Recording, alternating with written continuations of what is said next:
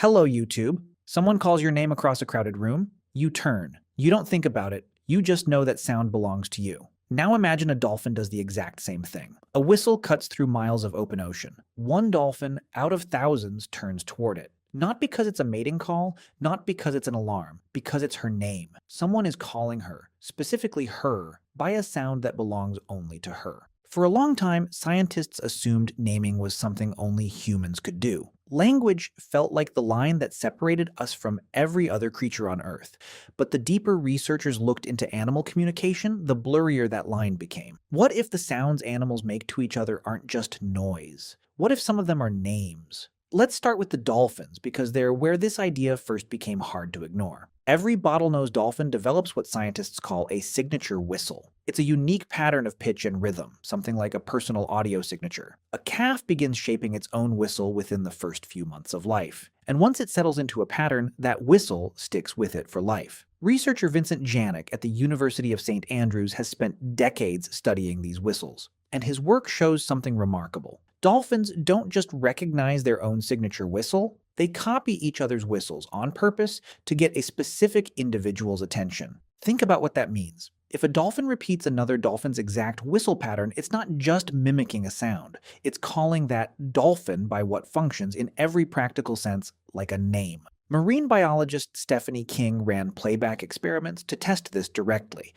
She recorded a dolphin's signature whistle, then played it back to that same dolphin from an underwater speaker, without the original dolphin present. If the whistle was just a generic sound, the response would be random. It wasn't. The dolphin that heard its own whistle responded far more strongly than dolphins hearing someone else's. It called back. It approached the speaker. It behaved exactly the way you'd behave if someone shouted your name from across a parking lot. Here's where it gets stranger. Dolphins live in what scientists call fission-fusion societies. Groups form, break apart, and reform constantly. A dolphin might spend the morning with one set of companions and the afternoon with a completely different set, spread across miles of water where visual contact is impossible.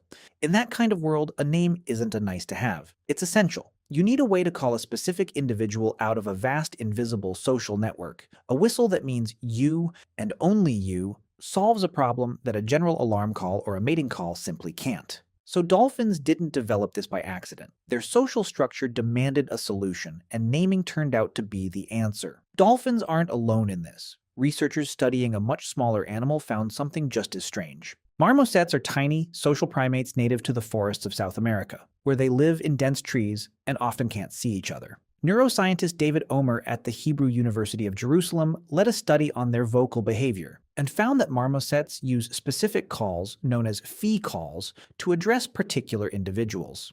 When Omer's team played recordings of these calls to marmosets, the animals responded most strongly to the calls meant specifically for them. The marmosets weren't just reacting to marmoset sounds in general, they were listening for their own label. Even more telling, the calls varied depending on who was speaking to whom, almost like each marmoset had a slightly different way of saying another one's name, the way you might say a friend's name differently than a stranger would. And then there are the elephants. In 2024, biologist Mickey Pardo, working with Save the Elephants and Colorado State University, published research analyzing hundreds of elephant rumbles, those deep, resonant calls elephants use that travel for miles. Using machine learning to break down the acoustic structure of these calls, Pardo's team found that elephants direct specific rumbles at specific individuals, rumbles that don't simply copy the receiving elephant's own call, the way a human might repeat someone's name back to them. Instead, each elephant seems to be addressed by something closer to an actual label, a sound tied to that individual rather than an imitation of their own voice. When researchers played these individually addressed rumbles back to elephants, the elephants reacted more strongly and approached faster when the call was meant for them, compared to when it was meant for another elephant. That's a level of recognition that goes beyond simple sound matching. It suggests elephants may be capable of something closer to true naming than almost any other species studied outside of dolphins. So why would three completely different animals in three completely different environments independently need something like a name? Look at what dolphins, marmosets, and elephants have in common. All three live in complex social groups. All three regularly lose visual contact with individuals they care about, whether that's a marmoset hidden behind leaves, a dolphin miles away in open water, or an elephant separated in tall grass or thick brush. And all three depend heavily on specific relationships, Not just group membership, but bonds with particular individuals, a specific mother, a specific offspring, a specific ally.